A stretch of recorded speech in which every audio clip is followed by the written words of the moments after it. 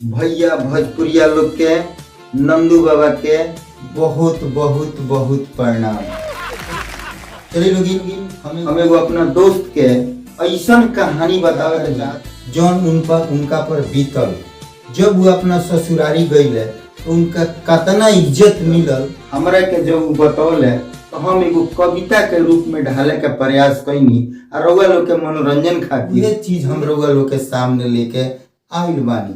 तो चली हम ओकरा बारे में रउआ लोग के बतावतनी। जब हम गईनी अपना ससुरारी दौड़ल अइले साला साली, भागल सास अइली फोन क के ससुर के बतौली। पहिलका दिन तो बड़ा इज्जत मिलल, ससुराल स्वर्ग जैसन दिखल। पानी मांगी तो कॉफी आवे,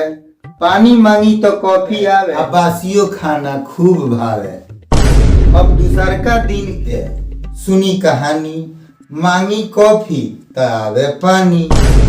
ससुर बुलावस सास समझावस, अपना घर के छोड़ा आस आ एक घर पर अब कर विश्वास।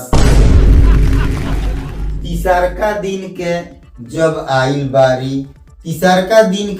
आइल बारी सास ससुर बोलौले पारा पारी।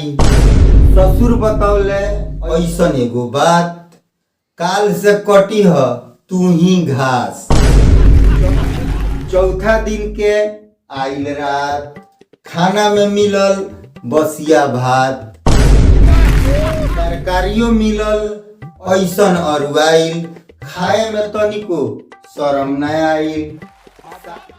साली के का कहीं कहानी देख के बोले बानी। जीजा जी अब मत शरमाई, जाई जल्दी गोबर उठाई। पांचवा दिन तो ऐसन आइल, सारवा देखावे लागल अपन स्टाइल।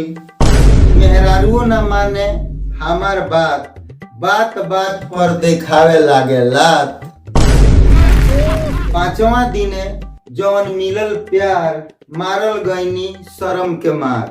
इतने दिन जे रही ससुरारी, उतने मिली इज्जत भारी। जिन करी है ससुरारी के आस, उनकर होई है पक्का नाश। अब तो छोड़नी हम आपन ससुरारी, सबसे बढ़ के आपन महतारी।